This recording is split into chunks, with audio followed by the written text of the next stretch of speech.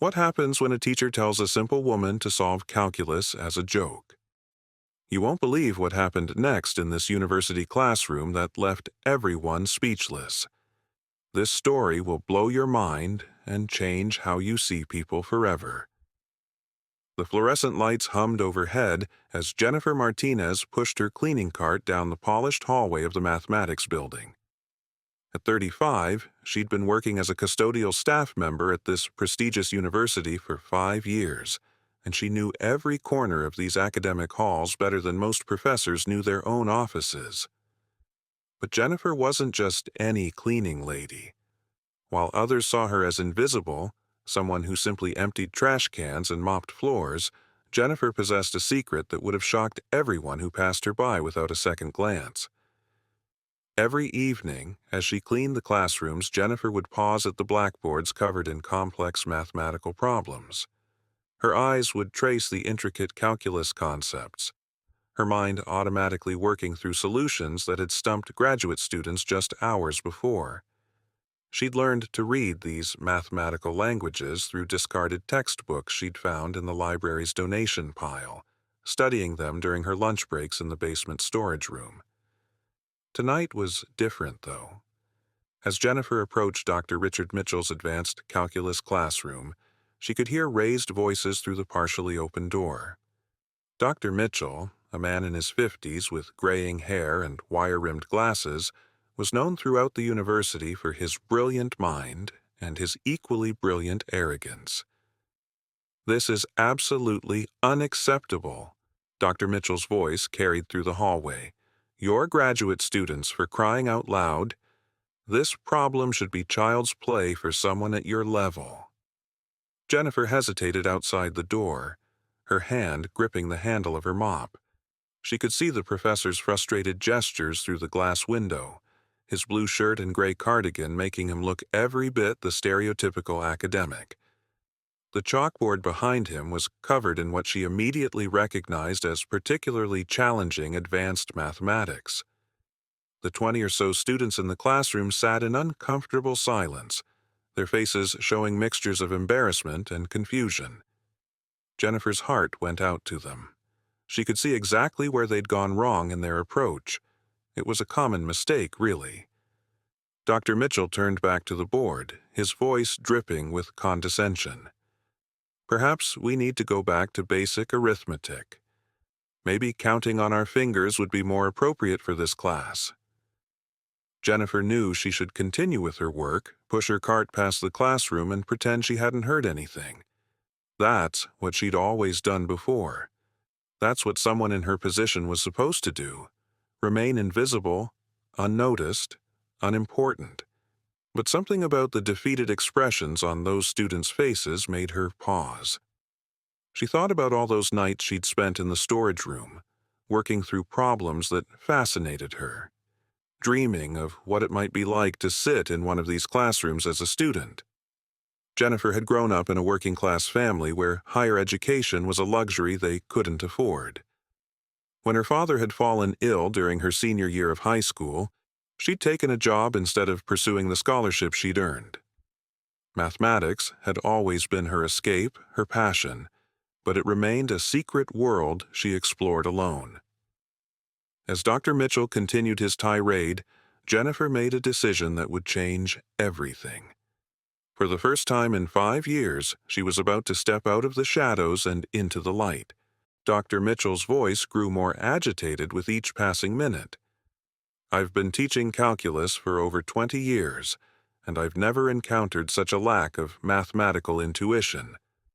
He slammed his chalk onto the ledge, sending a small cloud of white dust into the air.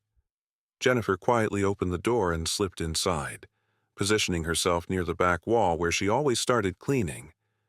She began her routine, emptying wastebaskets and wiping down surfaces, but her eyes kept drifting to the complex problem on the board. The advanced calculus challenge required multiple sophisticated techniques, something that demanded both theoretical understanding and practical application skills.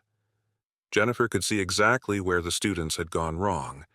They'd correctly identified the initial approach, but stumbled when dealing with the more intricate components. You know what? Dr. Mitchell suddenly wheeled around, his eyes scanning the room before landing on Jennifer. Maybe we need a fresh perspective here. His tone carried a mocking edge that made several students shift uncomfortably in their seats. Jennifer's hands froze on her cleaning cloth. She looked up to find the professor staring directly at her, his expression a mixture of frustration and cruel amusement. "You there," he said, pointing at Jennifer. "You've been watching us struggle with this problem. Since you seem so interested in our mathematical discussions, why don't you come up here and give it a try?" The classroom fell dead silent. 20 pairs of eyes turned to look at Jennifer, their expressions ranging from curiosity to pity. Some students exchanged glances, clearly uncomfortable with their professor's inappropriate behavior. I should probably just continue with my work, sir," Jennifer said quietly, her voice barely above a whisper. "Nonsense!" Dr. Mitchell's voice boomed across the room. "We're all about inclusive education here, aren't we? Equal opportunity learning?" His words dripped with sarcasm. "Come on. Don't be shy. Show us what you've got." Jennifer's face burned with embarrassment. She could feel the weight of every stare, the awkwardness radiating from students who recognized their professor's cruelty. Part of her wanted to flee, to grab her cart and disappear back into the safety of her invisible world. But another part of her, the part that had spent countless hours studying, dreaming, and solving problems in secret, sparked with something she hadn't felt in years: defiance. "What exactly would you like me to do?" Jennifer asked, her voice growing slightly stronger. Dr. Mitchell gestured grandly toward the blackboard. "Solve that problem. Show these graduate students how it's done." He crossed his arms, wearing a smug smile. "After all, you've been observing our methods for— how long have you worked here?" "5 years," Jennifer replied, setting down her cleaning supplies. 5 years, Dr. Mitchell repeated mockingly. "Surely that's enough time to pick up some mathematical knowledge through osmosis, right?" The cruelty in his voice was unmistakable now. He wasn't offering her an opportunity. He was setting her up for public humiliation, using her as an object lesson to shame his students. Jennifer walked slowly toward the front of the classroom. She thought about her father, who'd always told her that dignity wasn't something others could take away. It was something you chose to keep or give up. As she reached for the piece of chalk, Jennifer made a decision that would change everything. She was done being invisible. Jennifer's fingers trembled slightly as she grasped the chalk. The classroom was so quiet she could hear the hum of the air conditioning and distant traffic outside. 20 graduate students watched with a mixture of anticipation and second-hand embarrassment, while Dr. Mitchell stood with his arms crossed, wearing the satisfied expression of someone about to witness a predictable spectacle. Jennifer studied the complex problem on the board. It involved advanced calculus concepts that required multiple sophisticated techniques, something that had clearly stumped these graduate students. She took a deep breath and began to work.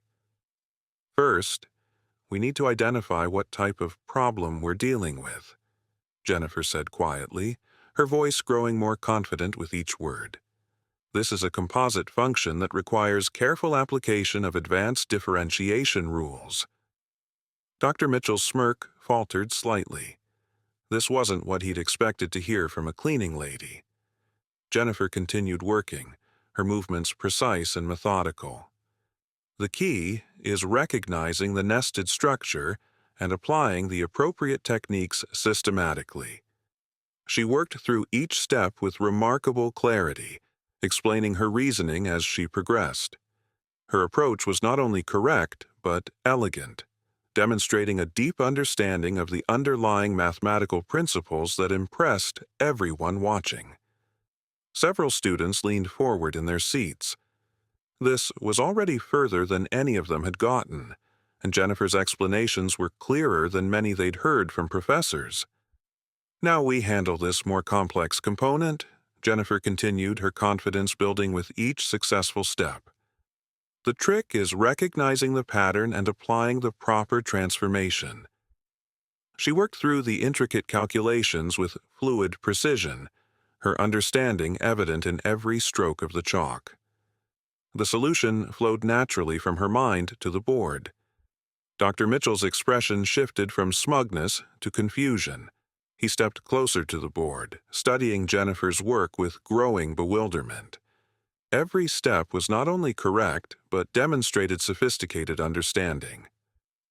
The final step requires us to simplify using fundamental mathematical relationships, Jennifer said, completing the solution with a flourish that showed both technical skill and mathematical elegance. She set down the chalk and stepped back, her heart pounding. The classroom remained silent for what felt like an eternity.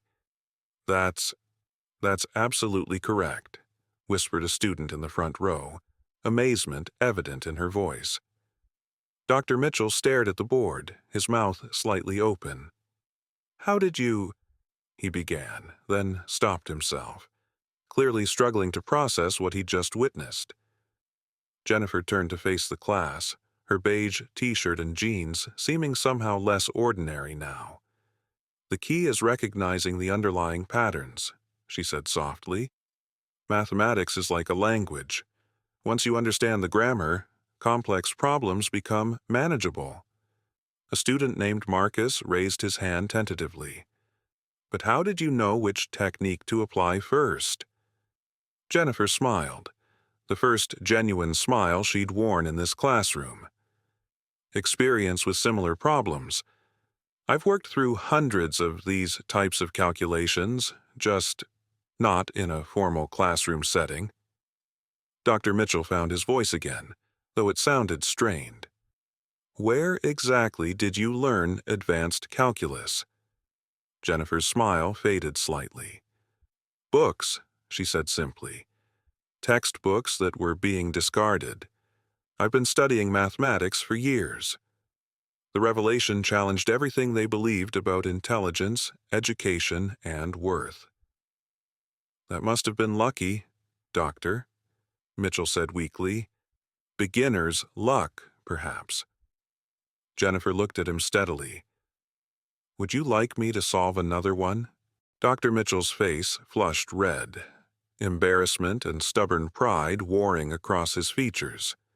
He couldn't simply accept what had happened. It challenged too many of his fundamental beliefs about intelligence, education, and social hierarchy. "Anyone can solve one problem," he said defensively. "Let's see how you handle something truly challenging." He moved to a clean section of the blackboard and began writing a new problem, this one significantly more complex. It was advanced multivariable calculus, graduate-level material that typically took students months to master. "Solve this," Dr. Mitchell said, stepping back with renewed confidence. "This is material from our most advanced graduate course." Jennifer studied the problem, her mind immediately recognizing the intricate structure. She'd encountered similar challenges in the most advanced textbooks she'd discovered, problems that had taken her weeks to fully understand when she'd first attempted them. "This requires combining several advanced techniques," Jennifer began, her voice steady and confident. "We need to work systematically through each component." She began her solution, breaking down the complex problem into manageable pieces. Her approach was methodical and elegant, demonstrating not just computational ability, but deep conceptual understanding that impressed everyone watching. The students observed in fascination as Jennifer worked through calculations that had challenged them in their most difficult courses. Her explanations were clear and insightful, often revealing shortcuts and connections that even their professors hadn't emphasized. "The key insight here," Jennifer said as she worked through a particularly tricky section, "is recognizing how these different mathematical concepts relate to each other. They're not separate tools. They're parts of a unified system." Dr. Mitchell stood transfixed, checking and rechecking Jennifer's work as she progressed. Each step was not only correct, but demonstrated a level of mathematical maturity that typically took years of formal study to develop. When Jennifer completed the solution, the silence was deafening. Dr. Mitchell stared at the board. His earlier confidence completely evaporated. The solution was brilliant. "That's incredible," said Sarah, a graduate student. "You made it look almost elegant." "How long did it take you to learn this level of mathematics?" asked another student, genuine curiosity replacing earlier awkwardness. Jennifer turned to face the class, seeing them now as fellow human beings grappling with challenging concepts. "I work the night shift," she said with quiet dignity. "After cleaning, I usually have a few hours before my morning job. I've been using that time to study." She paused, her voice growing softer. "Mathematics has always been my refuge. When my father was dying, when bills were overwhelming, when life felt impossible, numbers made sense. Problems had solutions. There was always an answer if you worked hard enough." Dr. Mitchell's expression had changed completely. The arrogance was gone, replaced by something that looked like shame. "You have 2 jobs?" "3, actually," Jennifer replied matter-of-factly. "I clean office buildings in the morning, work here in the evening, and do weekend data entry. That's how I afford books." The weight of her revelation settled over the classroom. Here was someone who worked 3 jobs just to survive, yet had mastered mathematics that challenged students with every advantage. Marcus shook his head in amazement. "I complain about reading 1 chapter a week." The transformation in the room was palpable. Academic hierarchies were crumbling, replaced by genuine respect and recognition of extraordinary determination. Jennifer stood quietly, processing the moment. Around the classroom, students shifted in their seats, sensing they were witnessing something unprecedented. The academic hierarchy that had seemed so fixed was crumbling before their eyes. "For 5 years, I've walked these halls invisible," Jennifer said, her voice growing stronger. "I've heard people talk about intelligence as if it's something you can only find in people with the right degrees, the right backgrounds, the right opportunities." Dr. Mitchell remained silent, his earlier arrogance replaced by genuine attention and growing shame. "But intelligence doesn't care about your bank account," Jennifer continued. "It doesn't care if you wear a uniform instead of designer clothes, or if you eat lunch in a storage room instead of a faculty lounge. Curiosity doesn't discriminate. It just exists, waiting to be nurtured." A student named Emily raised her hand tentatively. "Jennifer, why didn't you ever apply to take classes here, with your abilities?" Jennifer's laugh held no bitterness, just irony. "With what money? With what time? When you're working 3 jobs to keep a roof over your head, college feels like a luxury you can't afford to even dream about." The reality of Jennifer's situation hit the privileged students hard. Brilliance often went unrecognized simply because it couldn't afford a stage. Dr. Mitchell stepped forward, his voice carrying unexpected conviction. "Jennifer, what if there was a way?" "A way to what?" "To get you into the program. Officially." His words came faster now. "Your mathematical intuition is extraordinary. What you've demonstrated tonight. I've seen doctoral candidates struggle with simpler concepts." Jennifer shook her head, though her heart was racing. "Dr. Mitchell, I appreciate what you're trying to do, but I'm not looking for charity." "This isn't charity," Dr. Mitchell insisted. "This is recognition of exceptional ability. There are scholarships, work-study programs, opportunities for students with extraordinary potential regardless of background." Marcus leaned forward. "He's right, Jennifer. My sister got a full scholarship based purely on aptitude tests. No previous college experience required." For the first time that evening, Jennifer looked uncertain. The dream she'd buried under years of practical necessities was threatening to resurface, and it terrified her. "You don't understand," she said quietly. "I didn't grow up in families where college was expected. I don't know how to navigate academic politics or write proper research papers." "None of us knew that when we started," Sarah interrupted gently. "That's what we're here to learn. The hard part, the real mathematical thinking, you've already mastered." Dr. Mitchell pulled out a business card. "There's a special admissions process for students with exceptional circumstances. Placement tests, interviews, evaluation of potential rather than just traditional credentials." He held out the card with trembling hands. "I'm not asking you to decide tonight. Just think about it. Consider that maybe you deserve to be here as much as anyone else." Jennifer stared at the card as if it might disappear. "What if I fail? What if tonight was just a fluke?" "Then we'll figure it out together," Dr. Mitchell said simply. "But I have a feeling you've been succeeding on your own for a very long time." Jennifer took the card with trembling fingers, feeling something fundamental shift inside her, a door opening that she'd kept locked for 15 years. 6 months later, Jennifer stood at the front of her own classroom facing 20 eager undergraduate students. She wore a simple blue blouse and dark slacks, professional but accessible, just like her teaching style. The blackboard behind her was covered with mathematical concepts, but these weren't intimidating symbols of exclusion. They were invitations to discovery. "Mathematics isn't about being the smartest person in the room," Jennifer told her students, her voice carrying hard-won wisdom. "It's about being curious enough to ask questions and persistent enough to keep searching for answers, even when the path isn't clear." The placement tests had been grueling, but Jennifer had earned her place with flying colors. Dr. Wells, the head of admissions, had never seen scores like hers. 99th percentile, she'd said with amazement. Full scholarship, plus a tutoring position that paid better than all 3 of her previous jobs combined. In the back row, Jennifer noticed a young woman who reminded her of herself. Quiet, attentive, but somehow separate from the others. After class, she approached her gently. "Lisa, right?"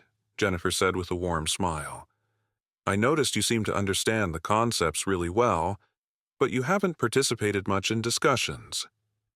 Lisa looked down at her worn sneakers. "I'm not really supposed to be here. I'm just auditing. I work in the cafeteria, but She trailed off, embarrassed. Jennifer's heart recognized the familiar struggle immediately. "But you love mathematics?" Lisa nodded, her eyes lighting up. "Numbers make sense to me in ways that other things don't. They're reliable. Fair. Would you like to stay after class sometime? We could work through some additional problems together." The gratitude in Lisa's eyes was overwhelming. "You'd do that. Even though I'm not really a student, everyone who wants to learn is really a student," Jennifer replied, remembering Dr. Mitchell's transformed words. "Curiosity doesn't require enrollment."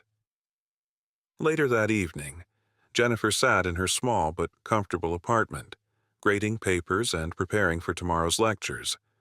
Her life had changed dramatically, but the most profound transformation was internal, how she saw herself and her place in the world. She'd learned that worthiness wasn't something you earned through achievements or credentials. It was something you recognized within yourself and had the courage to let others see. Dr. Mitchell had become not just a colleague, but a genuine friend, often seeking her perspective on teaching challenges. The students from that transformative night now came to her office hours regularly, not just for mathematics help, but for life advice from someone who understood struggle and perseverance.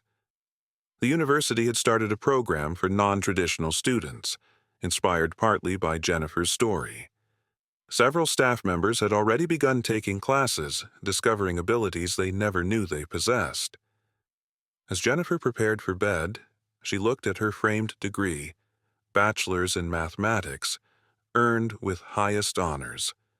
Beside it hung a photo from that life-changing night, captured by a student who'd wanted to document the moment when everything changed.